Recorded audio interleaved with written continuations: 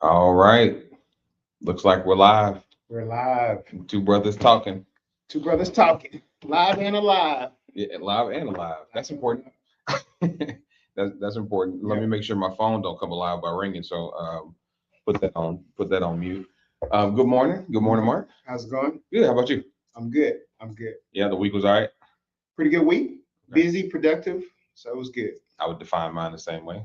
Um, Overcoming kind of is the word that comes to mind. Yep. So, and speaking of overcoming, one of the topics that we've been talking about for a little while, and we've decided to discuss today on the podcast is related to temptation.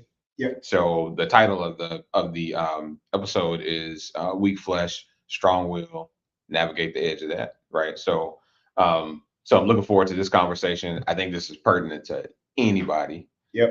So I'm really prayerful that whoever sees this live or sees it afterwards is blessed by it and get some tools.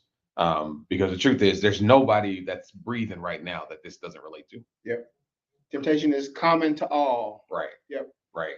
So I think as we jump in, one of the things maybe that we should do and that we typically do at the beginning of each episode, just diving right in, is related to like just defining what we're talking about in the first place. Yep. So that way it's not a mince of words. And the last thing we want to do is create like separation because we're all calling different things the same word, right?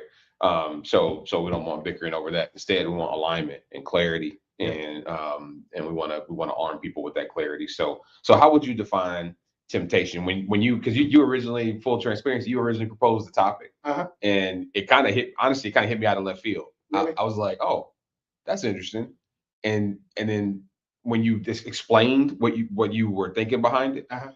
I was like, oh, that is pertinent. Like there is no one who couldn't benefit from it. Right. But then as I thought about it more and started to prepare, I started to think, well, hang on, I wonder if we're defining temptation the same. Okay. So how would you define it? So for me, I define temptation as like this pull to fulfill a desire in a wrong way. Okay. And when I say wrong way, I mean outside the will of God. Okay. So there could be a desire, could be a natural, valid desire, but temptation is like this pull to fulfill it Hmm. in a way that you shouldn't. So could that what would be out of alignment with the will of God? Uh, How would you define it? so depending on what the issue is, let's just make it simple. If you have a if you have a calling to do something in ministry, outside of ministry, everyday life, be a mom, be a husband, those are all callings to me. And let's just say I have a like um I'm running out of energy. I need to be fulfilled. I need rest, but instead I'm tempted to quit, Hmm. give up on my family, give up on my marriage. Like it could be like a broad spectrum is broad, but it's like I'm feeling a pull and a desire to fulfill a need, but in a wrong way. Okay. So I don't know if that helps, but Yeah. I think I'm fully aligned to that definition. okay, I feel like there's another an incremental part of the definition, gotcha. um, and maybe this is just the way this might even jump into a tool. So I'll just say it. Okay, I oftentimes when I think about temptation, how I feel that I recognize temptation is because it makes me doubt whether I should do that thing or not, and like I just have doubt. okay, And for instance, if I feel like something is, um, I want something that might or might not be out of line or out of will with God's word. okay, If I have doubt about whether I should do that thing or not, like I feel, and it's related to judgment, like it's a judgment call. okay. I feel like that is my personal compass telling me like I probably shouldn't be doing that thing. It's almost like I guess a simple way to say it is I don't have to think about like, oh well, what scripture does that reference? Like I don't have to go that far. Right, right, I can, because we're made in His image, and a lot of Him is embedded in us in different ways. right, Like you have those compasses in you already. So right. like you're I just feel like if my body and my mind and soul tell me Like, Right. you know, if I just get a little bit of that, then I'm like, oh, I'm going to. My natural instinct is to resist that. Right.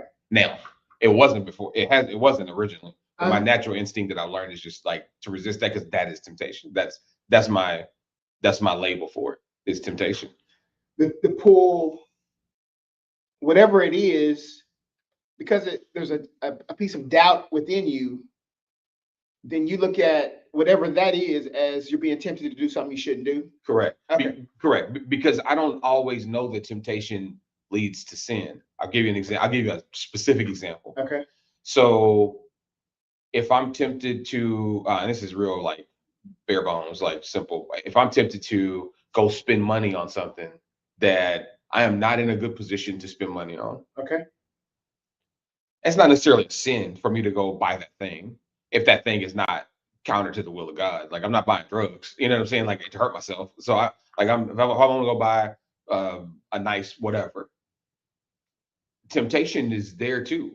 Like I am tempted to go put myself in a financial bind, which is going to impact my family. It's not just the temptation to sleep with another woman, Right. and you know what I'm saying. Like temptation is not.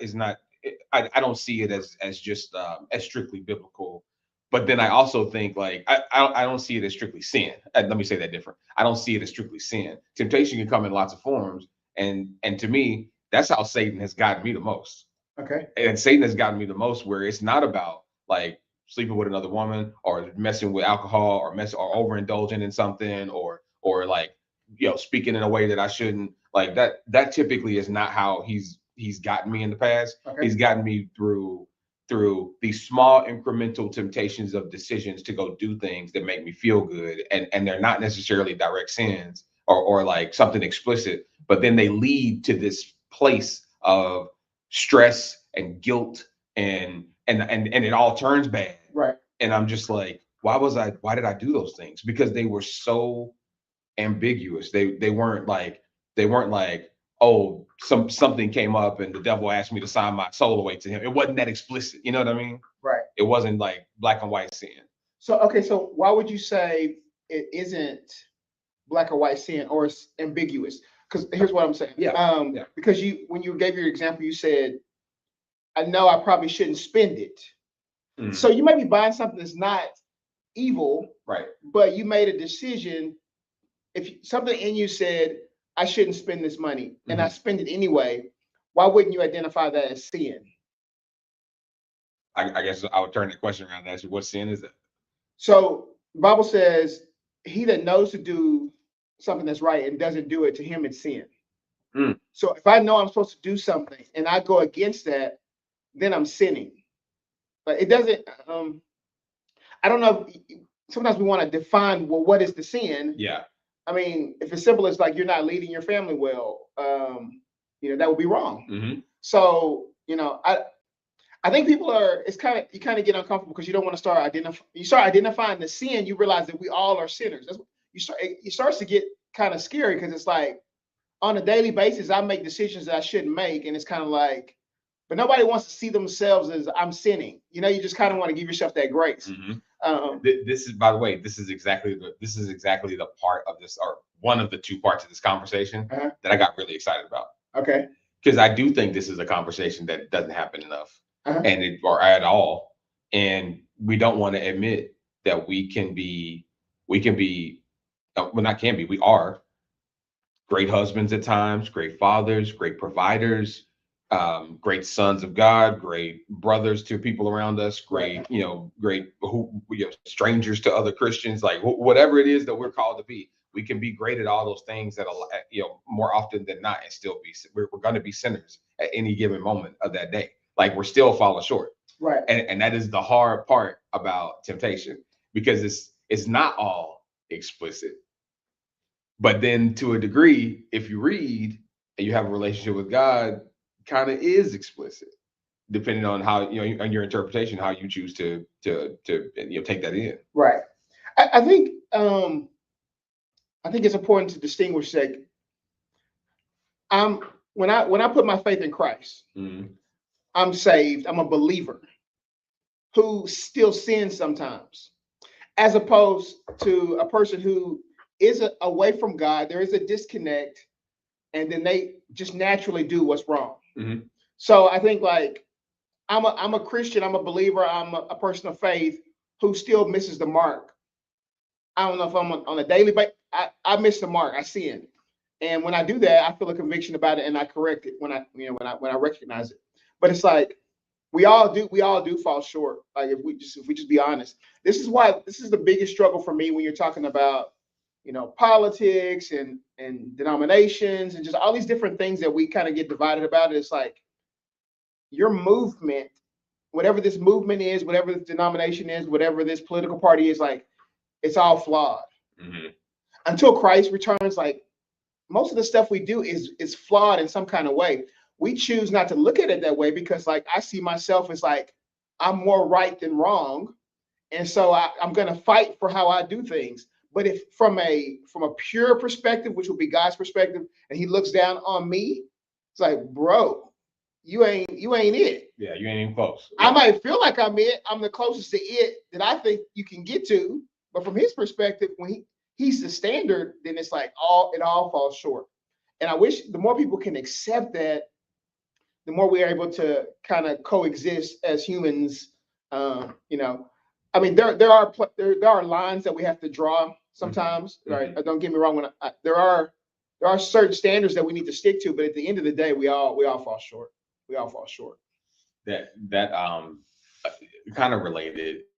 That takes you. I think oftentimes the reason why we don't accept that is because it comes with this. That acceptance comes with a lot of guilt, and if you don't have the tools to handle that guilt, it could take you down a real bad path. Right. And I think often, especially men, because men tend to we beat ourselves up a lot and we'll suffer in that silence. But I think oftentimes that's why we don't accept it. Because like I had to do a lot of reflection with this topic. Okay. And it also made me think about what I've been teaching my kids and how they show up based on what I've embedded in them as far as values are concerned. Okay.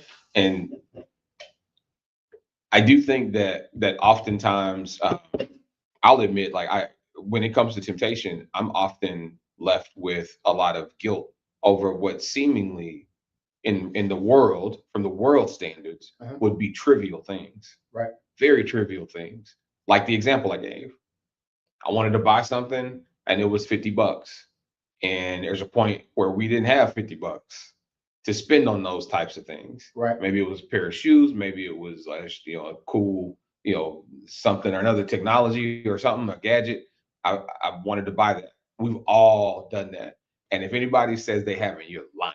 So so we've all done it. Right. The retail world wouldn't be so freaking rich if we hadn't done it. All of us are spending money where we probably shouldn't. Right. And what I just heard you say is if you recognize that, then it is a sin. And it's a sin to you. Right? I think we know what's right and what's wrong. Yeah. Yeah. So just to explain that a little bit, and then we'll keep going, because I don't want to take us too far off topic, but it feels like this is real important for a lot of folks that are dealing with like how they feel when they make these types of decisions, and how do they even know they're in a position to make these types of decisions, like when that happens. So would you say, just to clarify, would you say that from a biblical perspective, that the example I gave, when you know you're doing something that you shouldn't, but it's not some type of 10 commandments sin, for the lack of a better phrase, I'm just trying to speak real layman. It's not a, you ain't sleeping with your neighbor's wife, or coveting your neighbor's wife. You're not speaking against God. You're not killing anybody. You're not lying, but you are spending money where you probably shouldn't. That's a sin against you. Okay. I'm asking, is that a sin against you, or is that also a sin against God? Is it both? I don't fully understand. I don't fully understand that. Yeah, I think ultimately the sin is against God. Okay. I think he's wired us. See, here's the thing. Like, if I don't know, how do you hold something against me that I don't know? Right. So this is why I believe, we have a conscience. Yep. The believer has the Spirit of God. So like we have internally, whether you are a believer or non-believer, right and wrong. So I just think, simply put, I don't even need to give people a set of rules. Like, where in the Bible does it say this? Where in the Bible does it say that? Like, what sin did I break? I just think naturally we just know right and wrong. If if I get in an argument with somebody and I cuss them out, I just afterwards I'll feel something. If a person, like, I don't think you have to be a believer to know what you should and shouldn't be doing. And when you break that internal, no, don't do that, then you're sinning. Mhm. And that sin is ultimately against God. Even if I sin against a person, I wrong somebody, ultimately it's still against God. So in a relationship, I need to correct the sin I have between me and that person, but then ultimately I need to go to God for forgiveness. Got it. So that's kind of how I was interpreting what you were saying. Okay. And then to round that out, I just wanted to maybe highlight that that could be confusing. Yeah. That can be real confusing, particularly when you get two people from two different cultures. So a Christian in Brazil or Africa and the US and Europe, biblically, if they operate off the same biblical standards, then they'll be aligned. Generally, they'll be aligned. Okay. But their cultural standards of right and wrong outside of what's explicit, that might not be synonymous. That might not be exactly the same. Like, I might think it's okay if I'm from a different culture to I'm just picking an example. Like, if we're having a negotiation about something, Okay. I might find it culturally fine and not a sin at all, and not feel anything about it to be really aggressive in my negotiation Okay. to the degree of making you uncomfortable. Not using profanity against you or anything, but just like making you really uncomfortable. You might not feel that I wouldn't feel that I could do that to somebody in my standard. Okay. I wouldn't feel that I could be that aggressive. When you say aggressive, define it so I can. Like, well, have you ever been out of the country? Timeshare. Oh, good. Timeshare I'm sales. sorry. You timeshare salesman. You go at the. Yeah. Have you ever been out of the country? Uh-huh. Okay. So, what's one of the countries you've been to? I've been to Jamaica. Okay. So when you arrived, I just made up a word. When you arrived in Jamaica, was there any aggressive salesmanship happening in the airport? Like in Mexico, for instance, when you get to Mexico, You mean like maybe? Yeah, definitely, yeah. there are not everybody would be comfortable doing that. Okay. And that might come off as aggressive to some. It might even make people feel really uncomfortable, or like they're like, or make them even mad. So if you do something that makes somebody mad, that doesn't necessarily mean it's a sin, because culturally, like, you might be totally fine with that. Like, God got you that job, you're out there being aggressive, trying to hunt down money Okay. and earning for your family. It might not feel to you, that might feel fine, but to someone else on the other side, on the receiving end of that, that may not, that may feel like they're like, man, like, that person is way over the top, crossed the line. That was wrong. Wrong. You talked about right and wrong. That was wrong, and I might have that view, but but my point is different. Like, that's where we have to apply a lot of grace, because you don't know those cultural standards, and there's not a biblical. To your point, you can't trace it back to a verse. There's not a biblical rule that says, like, you shouldn't be aggressive in negotiating to feed your family. You know what I'm saying? So I would say in that example, if I'm the person who's grown up in a particular culture and I'm trying to make a sale, it's a foreigner that's coming to my country, I would say that internally, if I become overly aggressive and I see it's impacting the other person, they're anxious, they're uncomfortable, I will recognize that. Forget my culture. Internally, I recognize I'm pushing them too hard. I think it's just a natural conscience that people have. Now, it may fit my culture, but I think internally that person knows I almost got them. I'm going to make the sale, and I'm getting the sale because I'm making them uncomfortable. I might even be frustrating them, but the sale is important to me. There's a selfishness that comes with sin, and I think that is what the issue is. And I think that person, I don't think you have to have the Bible to define I'm doing something that I should not do. I think God has naturally wired us to recognize this is not right. There's something not right about this. I might not can give you a Bible verse, but I think internally I recognize I'm getting what I want. This is temptation. You get what you want in a way that you perceive to be wrong. Mm-hmm. And so I think we all have that internal that compass, we have it, even if think, you're not a Christian. You think every person on this earth, despite not having grown up like you, Uh-huh. you would recognize, you said, so understood, but using empathy to take you out of your space now and out of what values you were raised with and all those things. A lot of people weren't raised with those things. A lot of people don't have those types of emotional intelligence compasses and radars. They might. I would venture to say not everybody would pick up on that they were making somebody uncomfortable. Not everybody would be concerned with that because that's not what they were culturally brought up to do.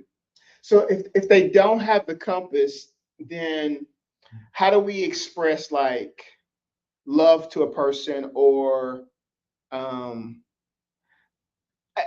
think relationally, we know how to interact with people, and we know how to make somebody happy. We know how to make somebody upset. So let's take this in a faraway tribe over in wherever. They don't know any. They don't have any of my cultural standards. Mm-hmm. But I think a person will know the difference between I have to kill this person to survive, and I gotta kill this person because I just want what they have. Mm-hmm. They don't have to know thou should not steal, thou should not murder. They don't. I think internally they know I hurt this person because I just wanted to take their whatever. Mm-hmm. Or I hurt this person because they were trying to hurt me.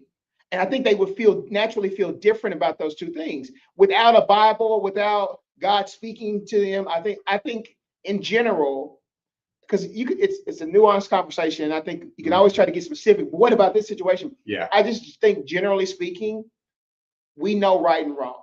Now we get to the point where like culturally we start to convince ourselves this is okay. Mm-hmm. That I think that does happen. It does happen. And you can be trained as a child to do this and been told this is right, this is right, this is right. And then eventually you just naturally, okay, I'm okay with this. But I think there's a conviction that happens in all of us at different moments. We may learn to kind of dull it, but I think my belief is like it's there in some kind of shape, form, or fashion. I do believe it's there, and I mostly agree. I do believe it's there generally for fundamental right and wrong, understanding. Yes. For the most part. Yeah. I also have known enough people from different backgrounds enough to know that like I could see the honest lack of awareness in their face and I can hear it in their words. Yeah. When I give them feedback about how that might have made me feel, and I did get anxious when you were coming at me, or I did that was out of line. Here's why I believe it was out of line. Right. And we can have those conversations, and they can tell me like, I've never thought about that like that before. Okay. I genuinely have never thought about it like that before, and I've never had anyone tell me that. But now that you told me that, I'm reflecting, and that makes me feel terrible. Yeah. So I'll think about that differently moving forward. And it's like they had no idea. Yeah. You know what I mean? So that's the part I would disagree with, by the way. Men, black men, any color men, any shape men, women, men with hats, men without hats. We can disagree, and it's fine. Right. Yeah. And so just to call that out, we can talk through things and disagree, and it's okay. Yeah. As a matter of fact, it's important. It's important that we can do that. Yeah. So thank you for having that conversation, because I think that we can't really talk about temptation if everybody's not clear about all the weird ways it comes up. Yeah. And how it shows up where it's not always really obvious outside of your heart. If we don't know, it's hard to talk about. It's hard to hold any. This is why I really believe that there is some kind of compass that we all have, because if there isn't a compass, how does God hold me accountable for right and wrong? If there is no compass, like, hey, there's no way for this person to know what's right and wrong, and there's no way for them to recognize a need or a desire for God or a need for, like, then how does God hold me accountable? I feel like I have some of that answer. Okay. I think you just said it actually earlier. Okay. I think God holds it. This is why nobody can judge anybody. Okay. Because God holds you accountable for your compass. And your compass ain't my compass exactly. Because we have different life experiences, different value systems. When they start, like at its core, it could be the exact same value system. But as you get further away, when you pile life experiences on it and all those other things, your interpretation, your relationship with God, like all those things, then it starts to not look exactly the same out here on the perimeter. But it's still important. Right. And so it doesn't have to be exactly the same because we're aligned at the core. We're aligned at the core. You know what I mean? And that's okay. And it's like, but only God knows what my compass looks like. So only He can really truly judge me in the ways that matter. Right. Right. The way I've looked at it is this way. For people in 2025 in the United States of America or in Europe or in places where you have access to most of the things that we expect from a culture, Sure. your belief in the gospel, you have no excuse. Most people have heard the gospel. Mm-hmm. Now, if you ask me, okay, so how does God deal with this person in this faraway tribe who doesn't have a Bible, who doesn't have all these things? How does He judge them? I don't have all the answers for that. I'm not going to pretend like to try to understand that and what God expects from them and their understanding. But for us who are right here, who are watching this video right now, and you have access to all these things that you have access to, you don't need to worry about that person, that nuanced conversation over there. You know what's right and what's wrong. Mm-hmm. You have access to enough information to know what you should or shouldn't be doing. And that's what God is going to hold. He's going to hold you accountable to the information you've been exposed to. So it's like, it is nuanced. And I do recognize, like, in different cultures, it's, it's just a hard conversation. Mm-hmm. And I think it is but on a general basis, I think, like, we all have a conscience of some sort that God has given us. And so, like, there is some kind of recognition of right and wrong. And I don't know what that looks like. I just know, like, people know for the most part when they kind of shouldn't be doing something and feel uncomfortable. And so we should follow that when we have that. Yeah, well, one would assume, and then where you don't, so that you don't have to assume. I think the way you find that out, just having worked with so many cultures, I can't think of a lot of cultures that I haven't worked with. You have the conversation. Yeah. You know what I mean? Like I've talked to plenty of people and worked with plenty of people. And have become very close with plenty of folks that are not traditional Christians. Right. And like we have, there is a bond there. And where we share values, there's a bond there. And like I think and there are plenty of traditional Christians where I don't have a bond with them. Right. And because we, even though we're self-labeled both traditional Christians, the value systems don't seem to line up. Right. So like I think to your point, like we don't have to have that conversation with every person, or we don't have to worry about that person in that, like you said, remote tribe, so to speak. But I do think that those situations are not as remote. Like there's somebody in blah blah blah Texas who's got the same experience, and they haven't been exposed for whatever reason, and we have to have a lot of grace with them. And then we also have to do the part that while we're doing some of this that we do today, part of our mandate is to share the word.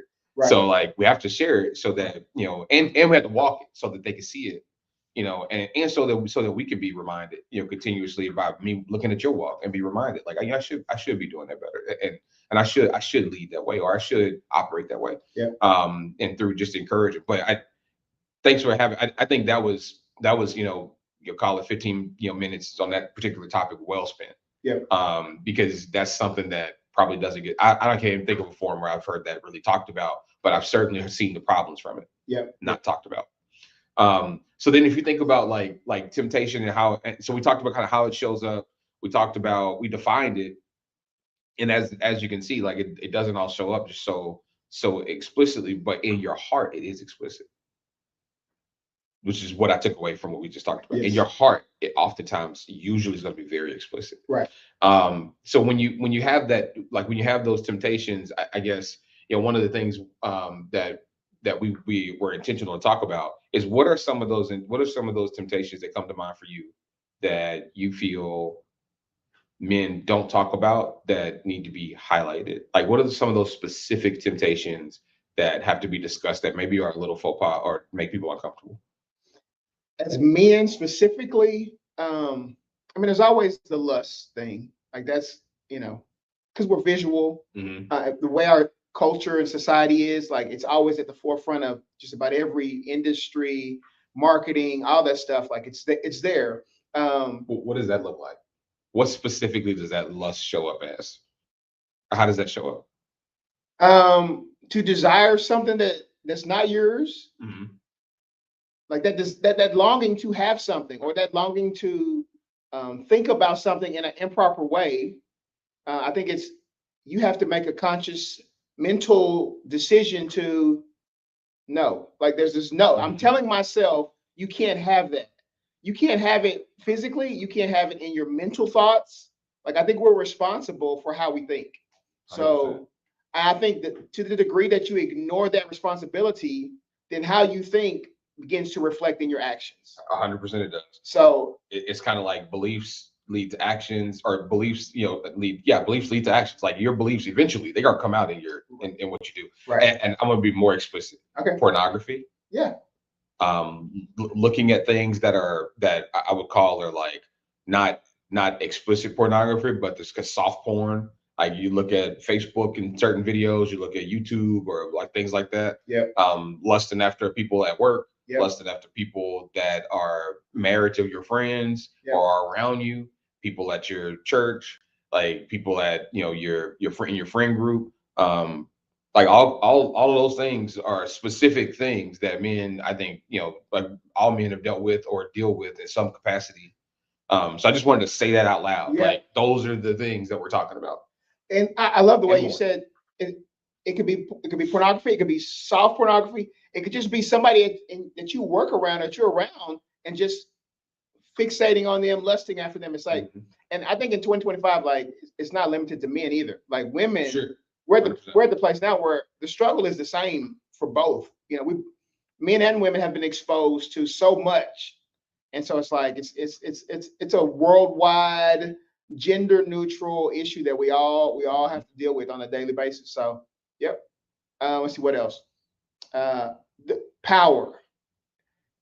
How we handle power. I think that's something as men, control and power, and how we handle or mishandle that. I think is very important. Whether it's you're talking about the influence you have in your home, influence you have in your marriage, it could be on your job. It's like we have the sphere that we exist in, and some of us have more power than others. And it's like how do you treat other people when you have that power? I think that's also something that we have to struggle with as men, especially when it comes to women. It doesn't have to be always a lust thing, but just we're physically stronger, and so like how do you handle with your words and with your with your own personal physical strength, like how do you handle others, specifically women? Like, do you treat them the way they should be treated? Like, there's just so many ways where us as men, we have to like deal with, how we have a desire to be respected. How do we get that respect? Yeah. So like temptation is like, you need something, I'm gonna give it to you in an illegitimate way.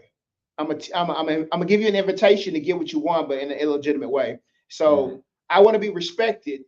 Am I going to get respect by disrespecting you as a man? Am I going to get respect by disrespecting my wife?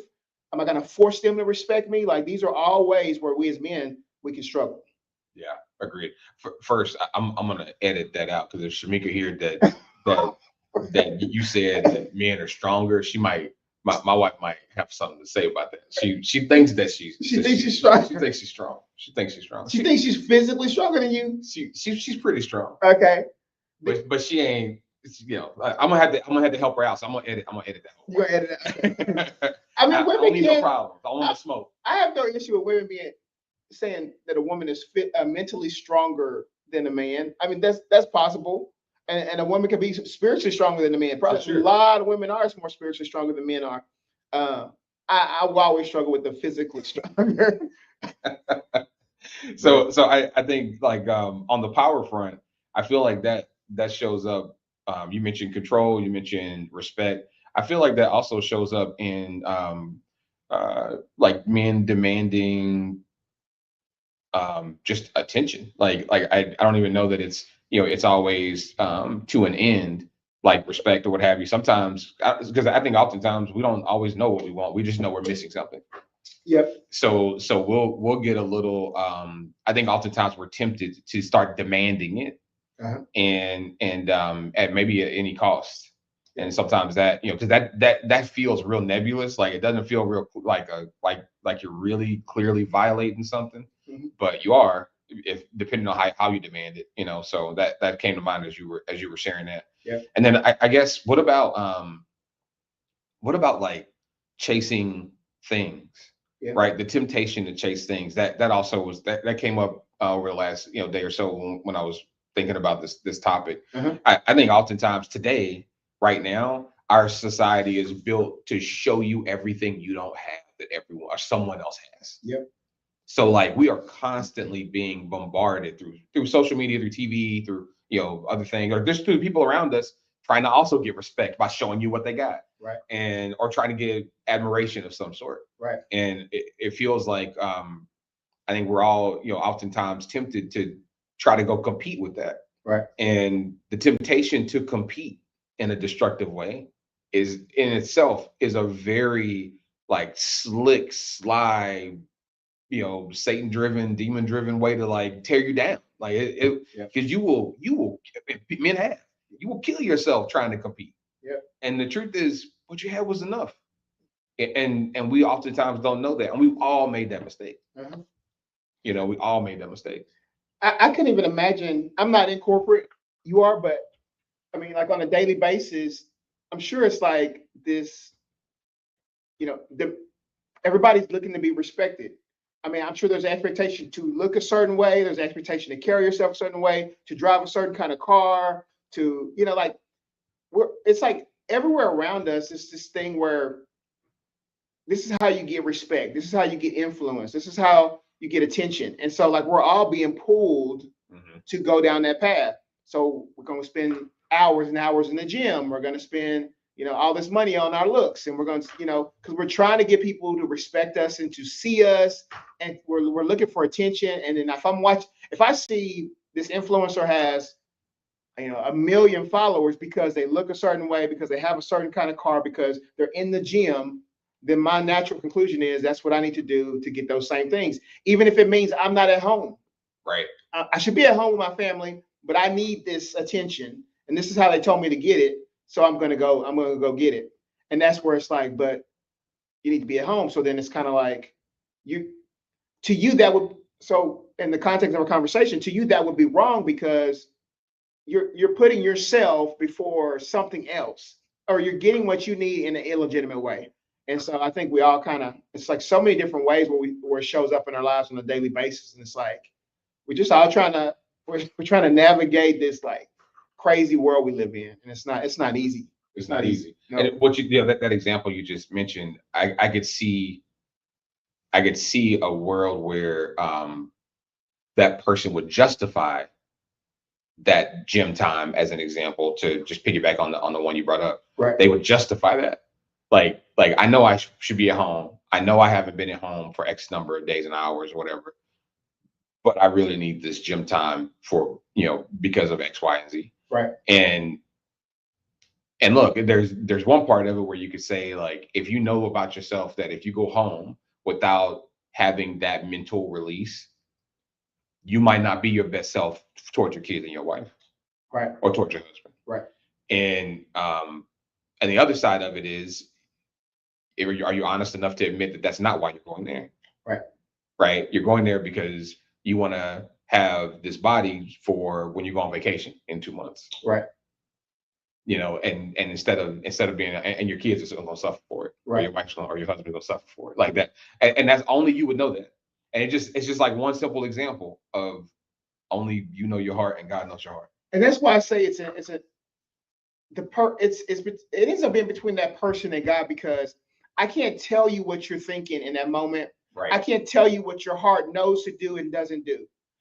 I just have to trust that God knows how to convict and lead and speak to people. Like, that's his business. Mm-hmm. I'm responsible for what I know and see. And so, in your example that we're just talking about, it's like, I like to go to the gym, but also both my wife and I, we both work a lot. Mm-hmm. And then we have our son. And so it's kind of navigating, okay, so I'm gonna go to the gym, but I'm gonna go while they're at work and school. Or I'm gonna go do something I need to do or want to do, mm-hmm. but let me figure out how do I navigate this with also my responsibility of being a husband and a father. And then I didn't get to go to the gym today, and now my family's home. Do I just go ahead and go anyway and let them just deal with whatever?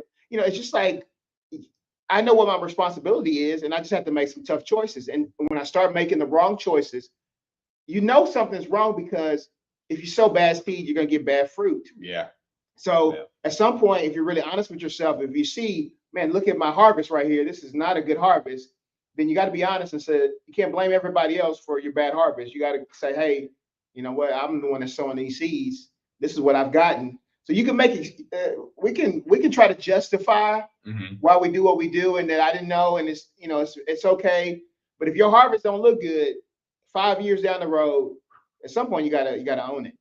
And so yeah, you should. Yeah, you should. If you want to improve the harvest, you should own it. yeah, The other part of temptation that I was thinking about too was like probably the hardest part of temptation for a lot of folks, including myself, is the temptation to do things that don't in scenarios where you don't have adequate time to respond. So for instance, someone says something crazy to you, or something affects you a certain way, or you allow it to affect you a certain way. The way you react to that, like the temptation to react, is one of the hardest temptations I feel like to control, because it's in the moment. right. It's not like you had 2 days to make a decision. You know what I mean? It's like right there, dude cut you off, or dude said something cross to you, and in your mind you didn't do anything wrong to deserve that. Right. So you want to respond. I feel like the temptation to showcase behavior already showcased towards you is really difficult. Yeah. But it's also very common. Like it's day to day to day. You know what I mean? Right. Road rage is an easy example of that. That is on the news all the time. And folks today are already tense. They're already anxious. Everybody's already, got all this political charge in the air. Like people are afraid of economics and all those other things. Like there's no reason to be that way, but we all are in that same pressure cooker together. Right. And I think that temptation to respond like you're in a pressure cooker is real. Yep. Yeah, and it's human. It's really human. And I feel I see that every day. I see that at work. I see that, at home. I see it just in the world, and I experience it also. Like I'm tempted to say things or do things, and Yep. and you're right. Like oftentimes I know that it's wrong. I don't mean I don't always do it, the right way. Like, or it doesn't mean that I always do it the right way. Right. Sometimes I don't. There's a pull from within, because I have a flesh. I have this fallen nature that it's going to want to do what I shouldn't do. There's a pull from without, from society and the culture, and then there's also a pull from our enemy. He tries to get us to disobey God, go our own way. So like there's this pull. It can come from any direction. I think to the degree that I recognize like this, what's in me. I know, because I just went through this yesterday within myself. Somebody got behind me, and they were like motion, like, go, what you doing? That was me. Just like that was me. You going too slow. And my immediate response, even as a believer, is like, man, what the heck? What's wrong with you, man? Like it was a fleshly, a selfish response. And I'm like, and I recognize that within myself. And I'm like, okay, I need to keep an eye on this. Like I just naturally, something in me said, you need to keep an eye on it. And so I keep an eye on yourself. Yeah, keep an eye on myself. Like, why do you respond? I know why I responded that way. It's my responsibility to keep that under control. I can't live like it.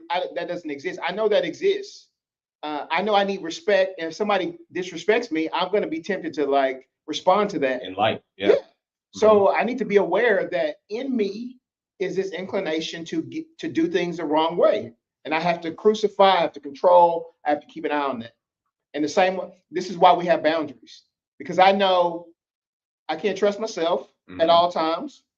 I know the enemy is looking for an opportunity to trip me up, so I have to use wisdom in my relationships, in my connections, and what I watch, what I listen to. I got to use wisdom, right? This is for me, the way you deal with temptation is you need boundaries. The boundaries, if I set a boundary that I'm not going to do something, the boundary is not right or wrong. The boundary is to keep me safe.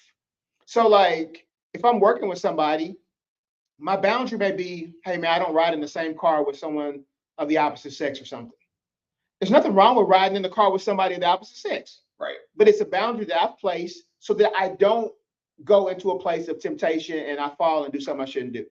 So we all have to use wisdom on how we handle the fact that there's temptation all around us. And that's why, for me, it's important to have boundaries to kind of keep yourself safe. Mm-hmm. So, yeah.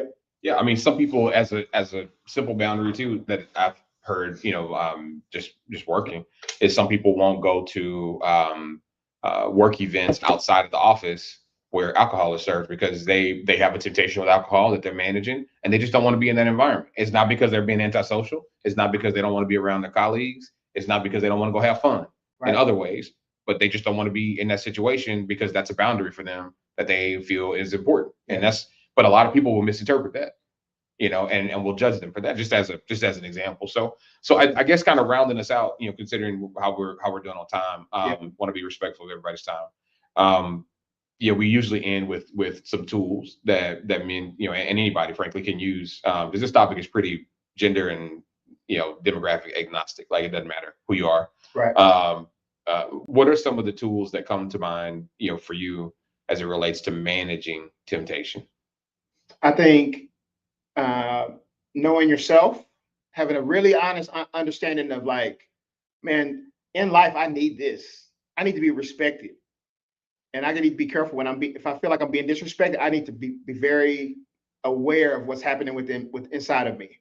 And I got to know what I need as a man. I know, man, I need this. Because, like, for instance, like, if you're at home and you feel like I have not getting attention from my wife, then I need to walk around with an awareness of that, because when somebody does start to show me attention, I'm going to be pulled.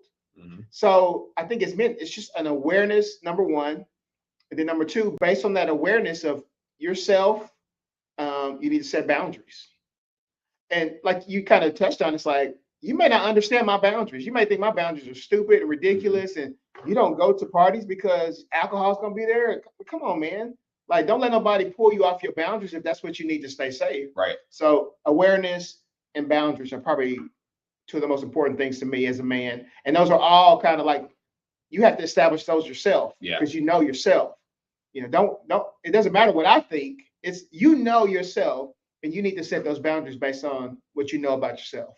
Yeah, I agreed. So the two or three things that come to mind for me is, number one, forgive yourself. Okay. Forgive yourself for being imperfect. Yeah. Like, start there. Because if you start with some kind of pressure on you, like, you're going to fail. It's because that's not what God intends. Like, that's just forgive yourself. Give yourself some grace. Yeah. You know what I mean? And just let go what's been done. Yeah. Just let it go. It's a line in the sand from here on out. What happened before that line is really irrelevant. Yeah. As far as this is concerned, just let it be. And I think it's hard to do anything else until you've done that. Yeah. Right. Because you're going to carry this guilt and resentment all the way into your journey. And that same guilt and resentment is what kept you from advancing before. So you just got to let it be. Number two, I think, to your point, like, that's self-reflection. I would challenge anybody who sees this to take a minute and inventory yourself, the top three things that you often do or are compelled to do that deep down aren't right, and write them down. I don't think many people are willing to even do that in private and look at the words on the paper. Right. Because now you're holding yourself accountable for what you're saying, I know. Yeah. Write it down. And it's the top three, because we all have 1,000.